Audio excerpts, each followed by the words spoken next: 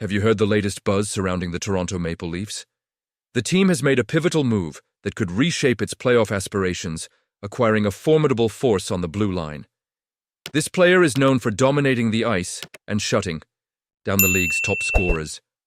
What does this mean for the Leafs' chances this season? You won't want to miss this. Make sure to hit that subscribe button and like this video to stay in the loop on all things Maple Leafs. The Toronto Maple Leafs made some serious moves at this year's trade deadline, and as a passionate fan, I can't help but feel a whirlwind of emotions about it. They kicked things off by acquiring Brandon Carlo from the Boston Bruins. Now let's be real, this isn't just any player. Carlo is a 28-year-old right-handed defenseman standing at an impressive 6'5" and weighing nearly 220 pounds. He's signed for not just this season, but the next two, at a reasonable cap hit of $4.1 million, with the Bruins retaining 15%.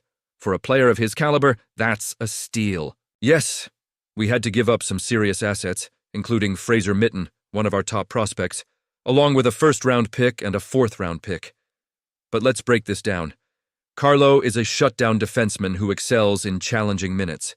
Against the other team's best players, he's already proven his worth, ranking high in defensive zone starts and facing tough competition. He plays with a physical edge and is adept at defending both off the rush and in front of the net. The reality is, he's going to bring a new level of stability to our blue line. Imagine pairing him with Morgan Rielly. It allows Carlo to take on slightly easier minutes, which could really elevate his game. If you followed the Leafs closely, you know we've struggled with finding reliable right-handed defensemen, but this acquisition feels like a game changer.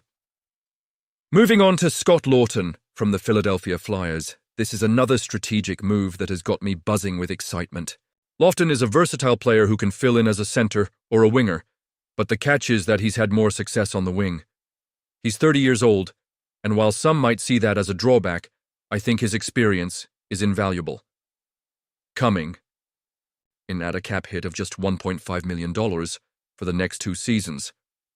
Thanks to the Flyers retaining half of his salary, he's a solid addition to our depth.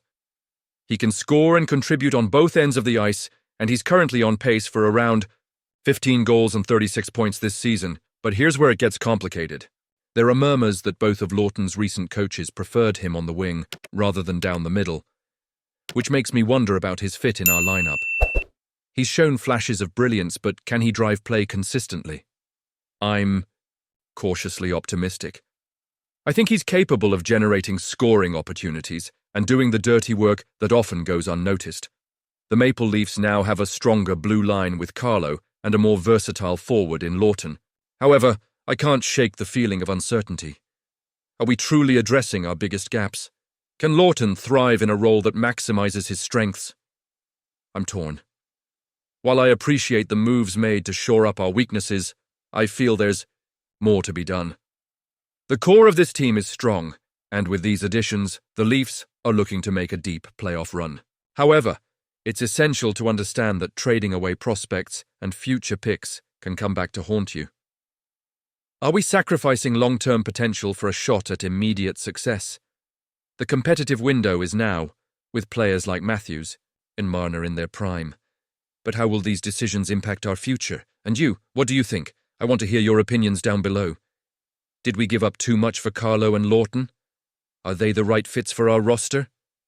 Your thoughts matter, and let's spark that conversation.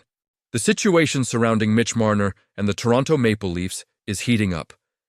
And as a devoted fan, I can't help but feel the anticipation and anxiety that comes with it. After the chaotic end to the NHL trade deadline, we're left wondering, what's next for this incredibly talented winger and the team that has seen so much promise, yet failed to deliver in the playoffs. Marner is set to become an unrestricted free agent, and he's in the final year of a 6-year contract carrying an AAV of $10.903 million. The stakes are high, folks. We've heard whispers about potential deals, including one that was rumored to involve Marner in a trade for Carolina Hurricanes' Mikko Rantanen. But here's the kicker. Marner has a no-movement clause, and despite the Leafs' efforts, he refused to waive it.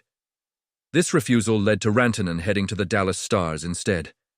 So now we sit at a crossroads, wondering why a deal hasn't been made yet. On the latest edition of Daily Face-Off Live, Frank Seravalli and Tyler Yaremchuk discussed the ongoing negotiations, and it's clear that both sides want the same thing: a long-term future together. Marner has publicly expressed his desire to remain a Maple Leaf, and GM Brad Treliving echoes that sentiment.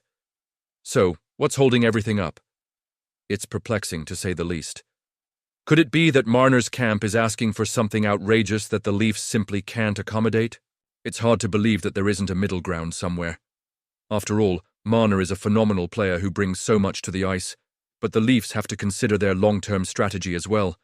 They've struggled in the playoffs year after year, and it seems they want the flexibility to pivot if they don't find success again. I can't help but feel the frustration as a fan. We've seen the same core group of players return season after season, yet the results have been underwhelming. The Leafs have only managed to get about 25% of the way to winning a Stanley Cup, and that's just not good enough. Something has to give. They need to figure out a way to shake things up if they want to break this cycle of disappointment. Do I think keeping Marner is the right decision? Honestly, I'm torn. He's one of the most electrifying players in the league, capable of changing the game with a single play. But if that means holding on to him at the expense of making necessary adjustments to the roster, is it really worth it? The Leafs need to balance their desire to keep their star players with the need for a different style of play that might actually lead them to playoff success.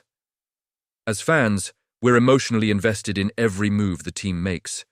We want to see them succeed, to lift that elusive cup one day, and it's disheartening to think that the same strategy might lead to the same disappointing results. I know I'm not alone in this sentiment, and you, what do you think? I want to hear your opinions down below. Do you believe the Leafs are making the right choice in their negotiations with Marner? Are they being too cautious? Or should they commit to their star player and build around him? Let's keep this conversation going. Don't forget to like, share, and subscribe to stay updated on all things Toronto Maple Leafs. And don't forget to activate the notification bell to get all the latest updates. Your voice matters, and together we can navigate this roller coaster of emotions that comes with being a Leafs fan.